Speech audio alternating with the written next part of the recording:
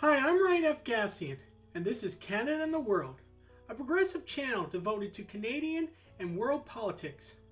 I'll be tackling some of the most controversial issues of the day, with an emphasis on how they affect Canadians.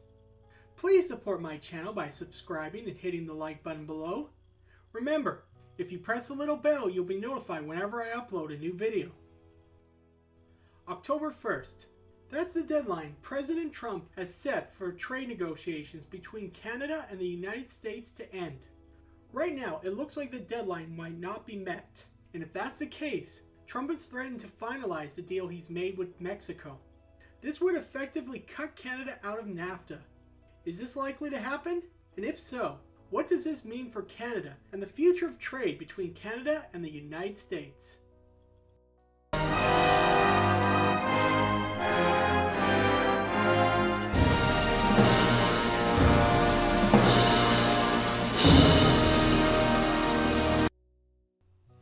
Trade between the United States and Canada amounts to about $627 billion a year, with 7% of all Canadian exports going to the US and 20% of our GDP being tied to trade with the US. However, for the Americans, exports made up only 11.89% of their total GDP in 2016, down from 12.5% in 2015 and 13.65% in 2014. Oh, and did I mention that those figures account for what Americans export to the entire world, not just to we Canadians? Now, if we add investments, the US-Canadian economic relationship jumps up to $1.5 trillion. Even so, that still only makes up a sliver of America's economy. My point is that we Canadians need the Americans more than they need us. One must wonder why our leaders are so hesitant to sign a deal with Trump.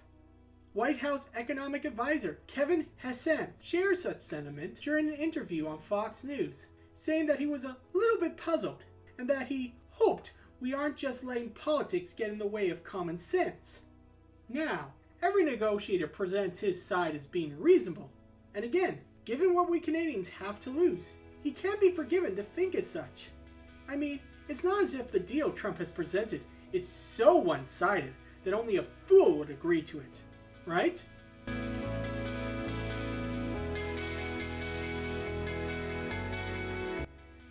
Let me start off by stating the obvious. The United States has genuine grievances with Canada, just as we do with them. That is the case with all trading partners. The Americans hate the fact that we sell dry milk dirt cheap, and you know what? They are right. We do sell it below market value. Yet dairy accounts for only 0.1% of all US-Canadian trade, and the dry milk market is only a fraction of that. And that's nothing compared to the light truck market, which the Americans have a 25% tariff on. That has made it impossible for us, or anyone else, to sell trucks in the United States. So Trump does have legitimate gripes, but so do we. The question is, are his remedies reasonable? Let's look at another of Trump's complaints, and it too has to do with dairy. He accuses Canada of slapping on a 270% tariff on all dairy imports. That's partly true. We Canadians do have a system called supply management. American farmers can sell dairy in Canada duty-free, up to a certain point, at which the federal government will impose a tariff as high as mentioned above. Despite this, we buy 5 times as many American dairy products as they buy Canadian dairy products. Right now, America has a surplus of dairy, including a 1.39 billion pound surplus of cheese. Much of this has to do with the fact that Americans farmers overproduce. Why? Well, it's because their farmers can get subsidies equal to 73% of the producer's return, meaning that they can sell milk for less than what it costs to make it. Uncle Sam is basically shoving money into their mouths, and with such incentives, is it any wonder that American farmers are overproducing? This shouldn't be our problem, but Trump has made it such. He not only condemns us for the problems of his own making, but for business practices that American farmers are equally guilty of. But what do you expect from the world's biggest hypocrite? This is a man who has his ties made in China, but cries a foul whenever Harley-Davidson moves its factories overseas.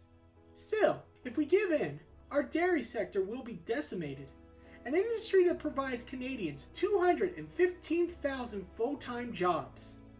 Worse, these aren't the only jobs that will be at risk should our leaders capitulate to Trump's demands.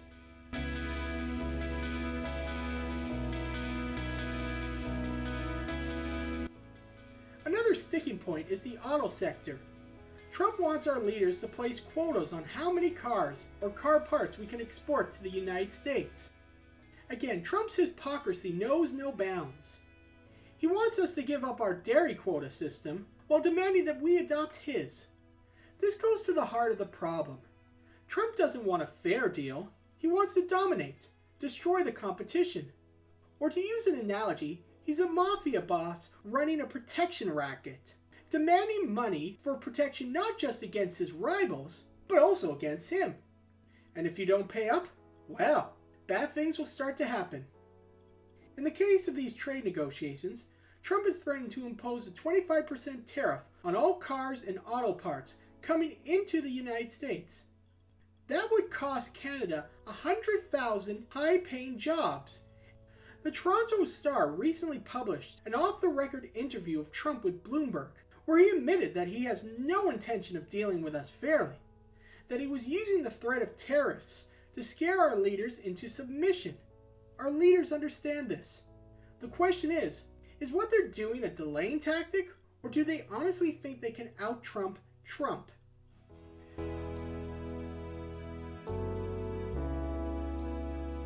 The sad reality is that our leaders have no good options.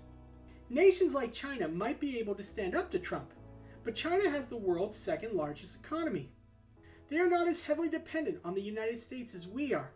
Besides, as the largest borrower of US Treasury bonds and the source of 95% of the world's antibiotics, they have several cards that they can play. If Trump is not careful, the United States could find itself in a whole lot of trouble. But that doesn't change our situation. Truth be told, I think our leaders will capitulate at the 11th hour. Understand, they are between a rock and a hard place. Trump might start with 25 tariff on auto parts, but I could see him slapping on more out of spite. He has already placed $250 billion worth of tariffs on China. There is no reason to think that he won't do the same to Canada.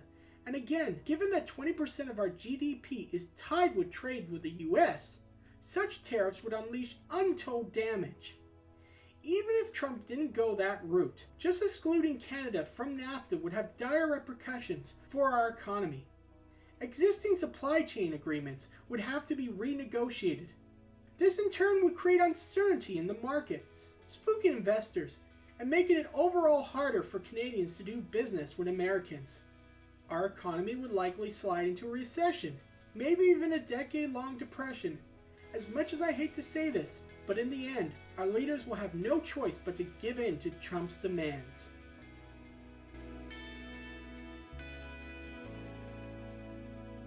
This should come as a wake-up call to all Canadians.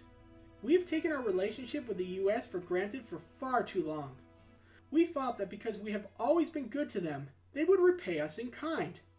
The truth is that in Trump's America, it doesn't matter that we've provided Americans aid in their times of need, like in the case of 9/11, or that we sent our troops to fight and die for them in Afghanistan. No, Trump is a bully. Upset that a bigger bully, China, has stolen his lunch money, so now he decides he's going to steal ours. Not all Americans share Trump's view of the world, but right now, they are as powerless in Trump's America as we are. We can't rely on them to come to the rescue. Instead, we should work to reduce Trump's hold over us, which means reducing the percentage of our GDP that's tied to the United States. This will be hard, and it will take time, but it must be done if Canada's sovereignty is to mean anything. We can do this by forming new trade deals with other nations. Currently, 40% of US oil imports come from Canada. China needs oil. Why don't we start selling it to them? So, what do you think? Should our leaders give in to Trump's demands? Please let me know in the comment section below, and please hit the subscribe button, as well as give me a like. Oh, and please visit my website at www.darknessinamerica.com, where you can read short stories that take place before my upcoming novel, Darkness in America.